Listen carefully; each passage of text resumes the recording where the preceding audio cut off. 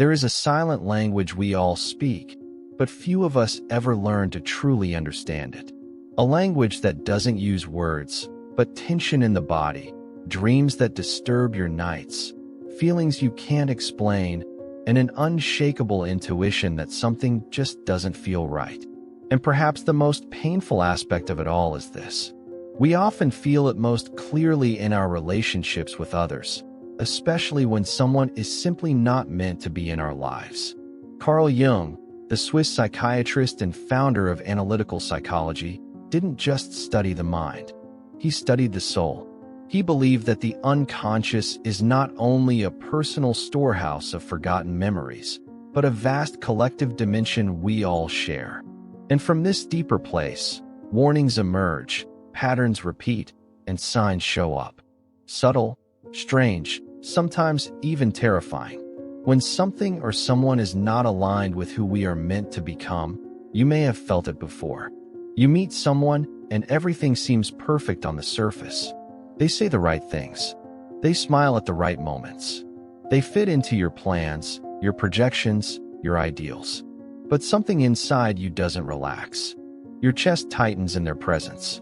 Or maybe your energy begins to fade slowly, like a candle running out of oxygen. Your dreams become chaotic. You wake up anxious for no reason. You feel like you're losing yourself, but can't explain why. These are not accidents. These are psychological symptoms, and they matter. Jung said, "The shoe that fits one person pinches another." There is no recipe for living that suits all cases. The same applies to people. Just because someone is good, kind, attractive, or even deeply loving doesn't mean they're meant for you. And when they're not, your unconscious mind will find ways to signal it over and over until you listen.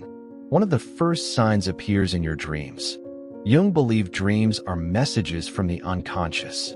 So when you consistently dream of being trapped, chased, lost, or overwhelmed after spending time with someone, you should pay attention. Your psyche is trying to speak to you. Perhaps you're not safe around this person. Not in the literal sense, but in a deeper psychological one. They may be triggering old wounds, stirring unresolved trauma, or unconsciously pulling you away from your true self. Another sign is what Jung called psychic energy depletion. This isn't ordinary tiredness. It's when you feel drained, not because of work or lack of sleep, but because you've been pretending to be someone you're not, trying to impress someone who doesn't actually see you, or forcing a connection that was never meant to last. Over time, this kind of psychological dissonance can make you feel lost, heavy, even depressed. You wake up tired. You dread conversations. You become reactive, anxious, or numb. Your body is part of the psyche. And Jung believed that when you're in the wrong environment or with the wrong person, your body will start to speak. Stomach tightness, chronic fatigue, headaches without a cause. These are somatic signals telling you that something is not in harmony. You may rationalize it away, saying, "I'm just stressed," or "Maybe I'm overthinking." But overthinking is often what we do when we're ignoring what we already know deep down. Then there's projection, the shadow's favorite game. Jung explained that we often project parts of ourselves onto others, especially the rejected parts. So if someone constantly triggers you, if their mere presence irritates or overwhelms you without a clear reason, ask yourself, what part of me is being reflected back? Sometimes we feel rejected by others when in truth we've rejected a part of ourselves, and that internal conflict is being mirrored by the dynamic we're in. But here's the most important thing. When someone is not for you, you will feel a subtle betrayal, not from them, but from yourself. You'll notice you're not laughing like you used to. You're walking on eggshells. You're censoring your thoughts. You stop being honest, even with yourself. It happens slowly, like a slow leak from your soul. And by the time you realize it, you've already drifted far from who you were. Jung didn't believe in coincidences. He believed in synchronicity, meaningful coincidences that reveal the invisible threads of life. So when people leave your life unexpectedly, when a relationship falls apart just as you thought it was beginning, when obstacles arise that feel like divine, Interference, maybe they are. Maybe something greater than your ego is protecting you from a path that would have led to suffering, stagnation, or worse, the loss of your true self. But we rarely accept this truth right away. The ego resists. It clings. It bargains. It tells stories like, if only I had tried harder. Or, maybe they'll change. But Jung warned us, what you resist not only persists, it grows stronger. And resisting the truth that someone isn't right for you doesn't make the connection real. It only prolongs your pain. And yet, it's not just about pain.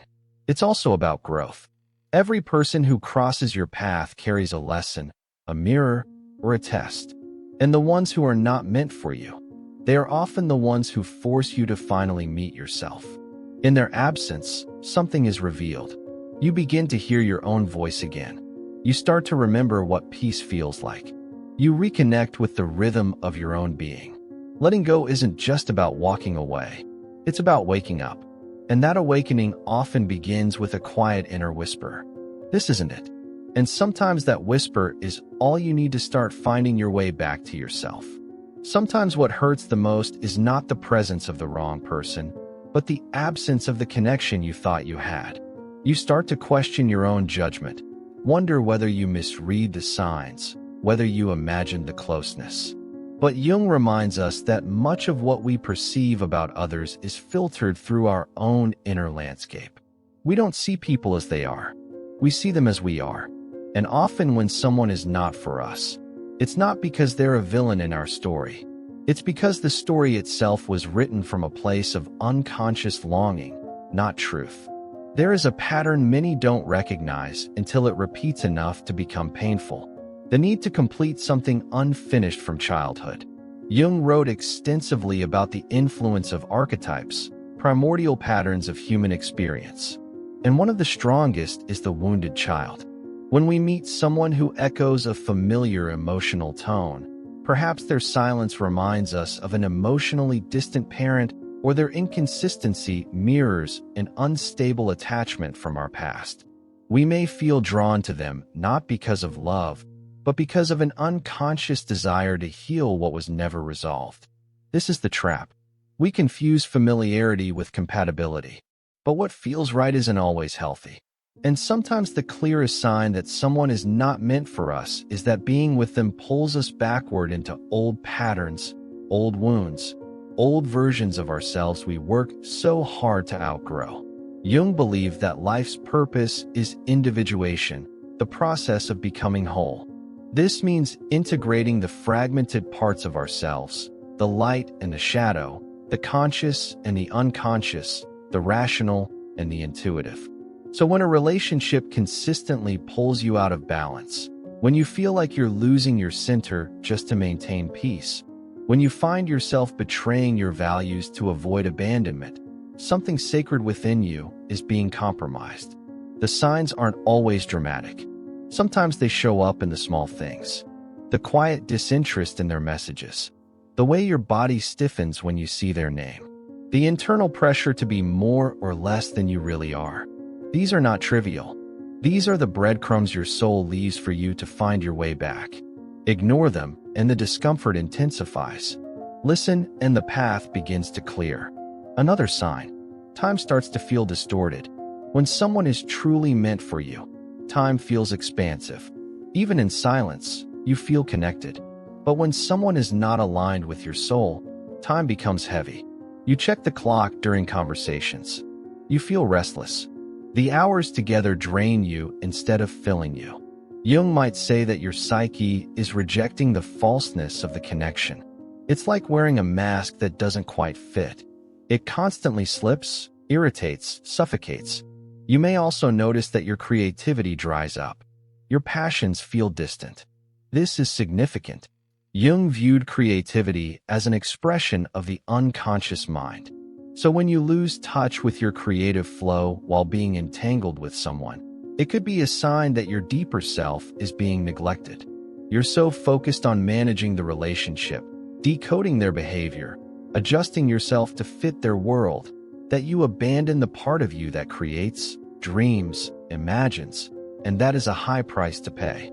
Even your inner voice, the one that once guided you, may begin to fade.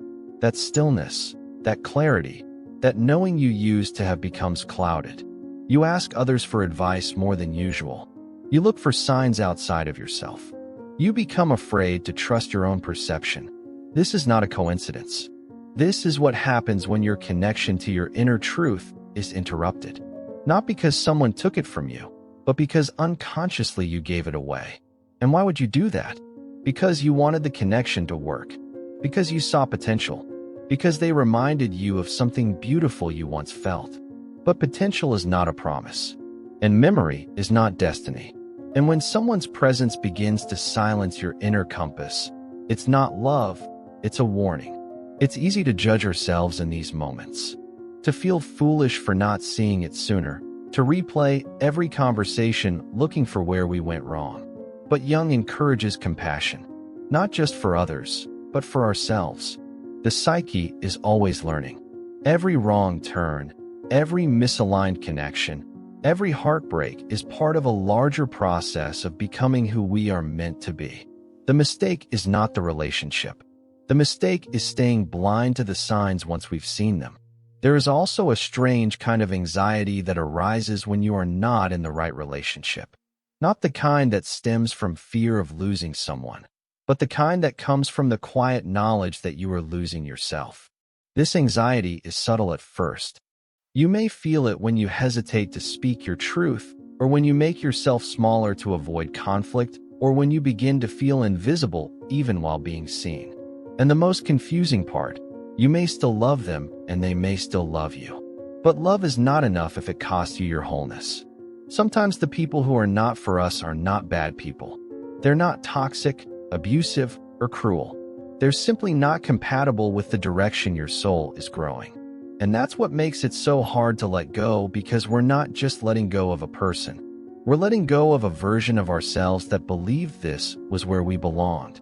Jung wrote that we meet ourselves time and again in 1,000 disguises on the path of life. And often those disguises come in the form of relationships. We think we've met someone new, but what we've really met is an invitation, a mirror calling us to finally face what we have ignored within.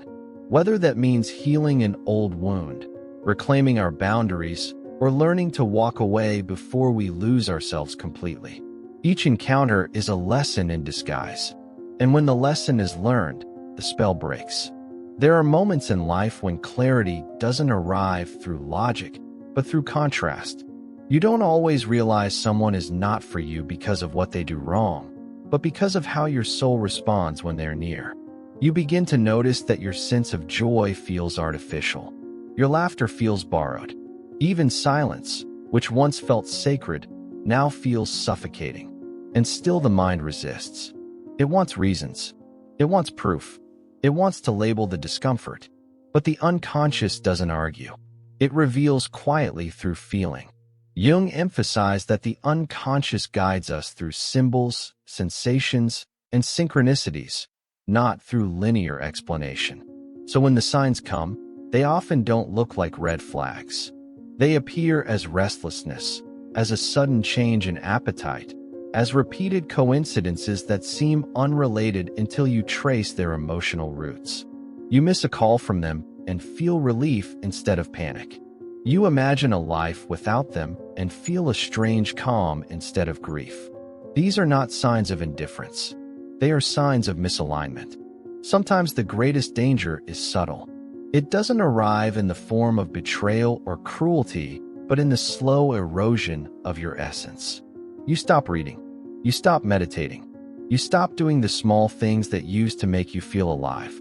The relationship becomes the center of gravity around which everything else must orbit. And that gravity, if unchecked, pulls you further from your axis. But what if the unease you feel isn't just personal? What if it's ancestral? Jung believed that we carry not only our own unconscious, but also the collective unconscious, archetypal patterns inherited through generations. So when someone is not meant for you, the discomfort may echo through lineages. You may be breaking a pattern your mother couldn't. You may be walking away from a dynamic your grandmother endured in silence. The tension you feel is not only yours, it's collective, and your choice becomes a point of transformation. Not just for you, but for those who came before and those who will come after. In this context, your suffering becomes sacred because it is the labor pain of something being born. And what is being born is your truth. There is also the phenomenon of emotional displacement. You might notice that being with this person triggers reactions that feel disproportionate. You cry more easily. You get defensive without knowing why. Jung would suggest that you're not reacting to the present, but to a resonance, the way their energy touches a buried wound, and that pain is trying to surface so it can finally be integrated. But integration is impossible in a space where you feel emotionally unsafe. Healing requires trust.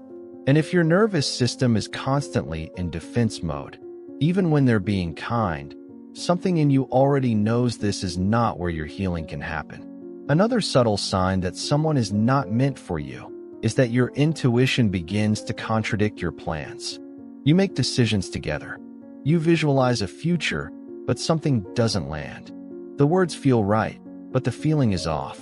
Jung described this tension as the split between the persona, the mask we wear to function in society, and the true self.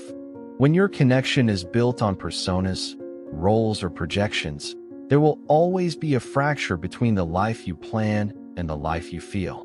And that fracture becomes a source of internal anxiety, no matter how perfect things look on paper. You may also experience a kind of symbolic sabotage. Appointments get missed. Travel plans fall through. Communication gets muddled at the worst moments. These are not just inconveniences. Jung would view them as synchronistic markers, nudging you to pay attention to what the conscious mind is denying. Sometimes life intervenes not to punish you, but to protect you from a future you don't yet realize would have cost you your authenticity. In a superficial way, but because your energetic frequencies are simply not aligned. And sometimes the clearest sign of all is this. You start to fantasize about being alone more than being with them. Not because you don't care, but because being alone means being yourself again. And somewhere deep inside you know that no amount of connection is worth losing that. Jung believed that the soul has its own instincts. He called this the self, the guiding center of the psyche. And the self is always moving toward wholeness, even if it means destroying a connection you once prayed for. This is why some relationships collapse under seemingly small pressures. The self knows it won't allow you to remain in a space that shrinks your growth, no matter how much your ego begs to stay. And so you begin to detach, not out of bitterness, but out of reverence for the truth. You stop arguing with what is. You stop rewriting the past.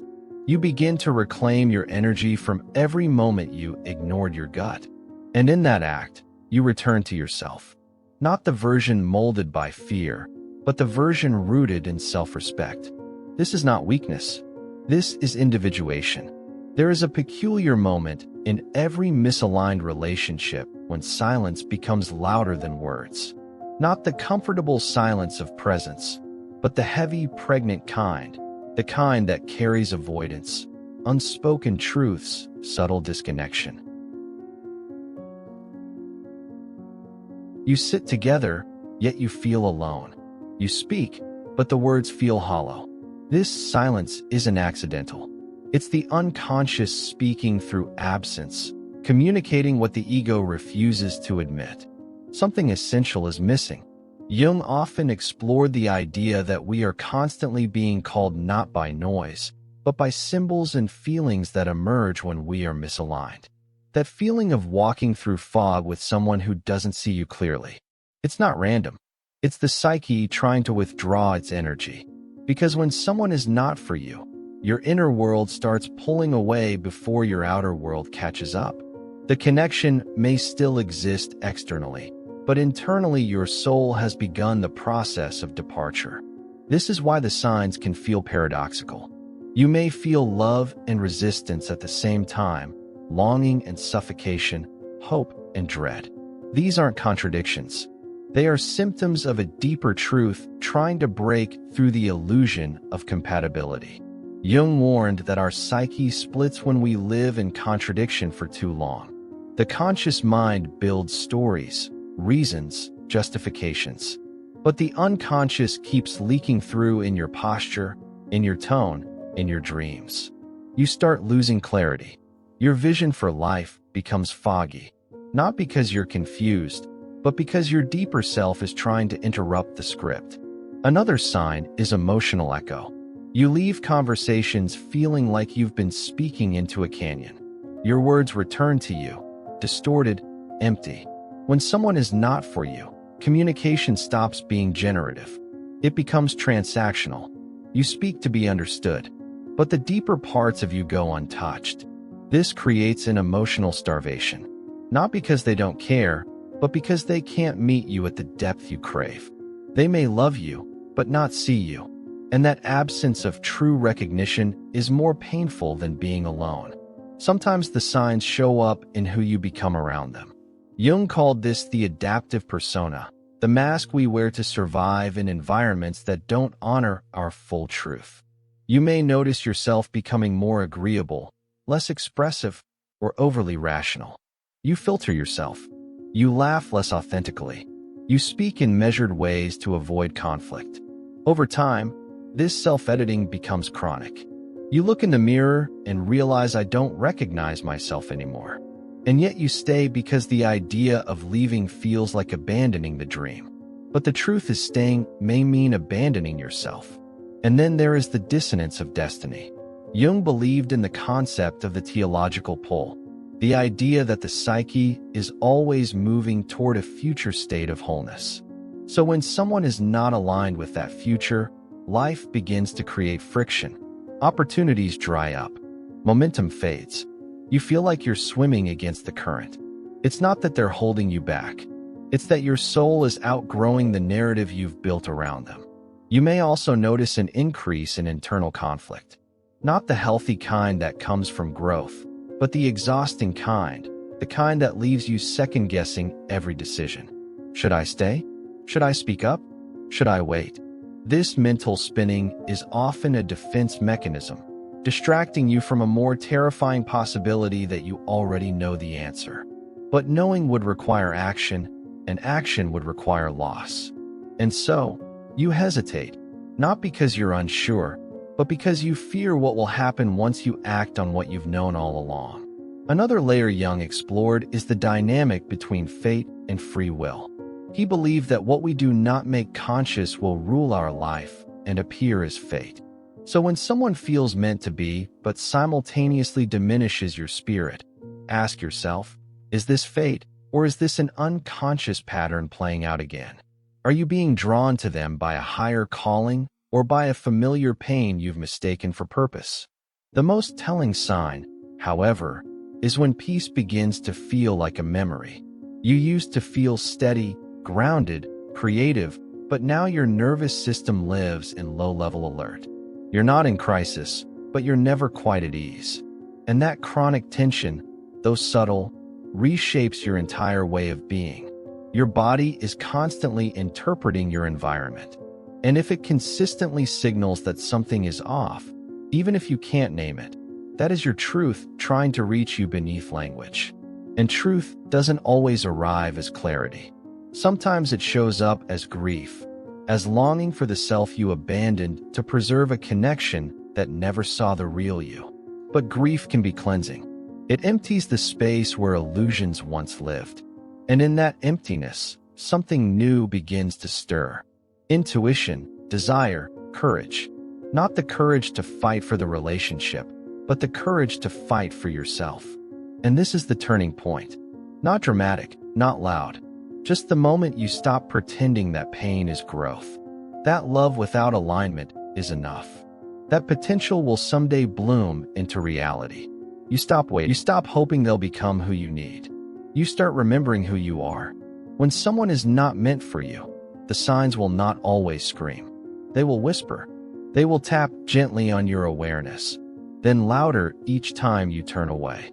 Until one day, the dissonance becomes impossible to ignore. And in that moment, you will be faced with a choice. Continue negotiating with the silence or return to the truth. Carl Jung said, "Your vision will become clear only when you look into your heart. Who looks outside dreams. Who looks inside awakens." And this is what these misaligned connections offer us. Not punishment, not failure, but an invitation to awaken, to see with the inner eye, to remember that not all love is meant to last, and not all loss is a step backward. Some people arrive in your life not to stay, but to help you reclaim a piece of yourself. And when you've retrieved it, when you've learned what you were meant to see, they begin to fade. That's not abandonment. That's transformation. So, if you felt the quiet grief of detaching from someone who wasn't meant for your path, if you've seen the signs, ignored them, and finally gathered the courage to listen, then you are not weak. You are awakening. And awakening is never painless. But it is sacred. You are not broken for letting go. You are becoming whole. If these words resonated with you, even a little, take a deep breath. Know that you're not alone in this experience. There are others out there navigating the same hidden signs, the same quiet knowing, the same inner pull toward truth. And if this message found you at the right time, maybe it's because your unconscious was ready to receive it. Now, I invite you to take a moment and share in the comments. Have you ever felt that subtle, undeniable knowing that someone just wasn't for you, even if everything looked right on the surface? What sign woke you up? Your story might be the mirror someone else needs to finally recognize their own. Your voice might be the echo someone's been waiting to hear.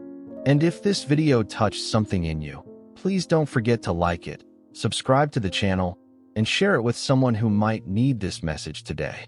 Because when we bring the unconscious to light together, we don't just heal ourselves. We help awaken the collective. Thank you for being here. You are not lost. You are remembering.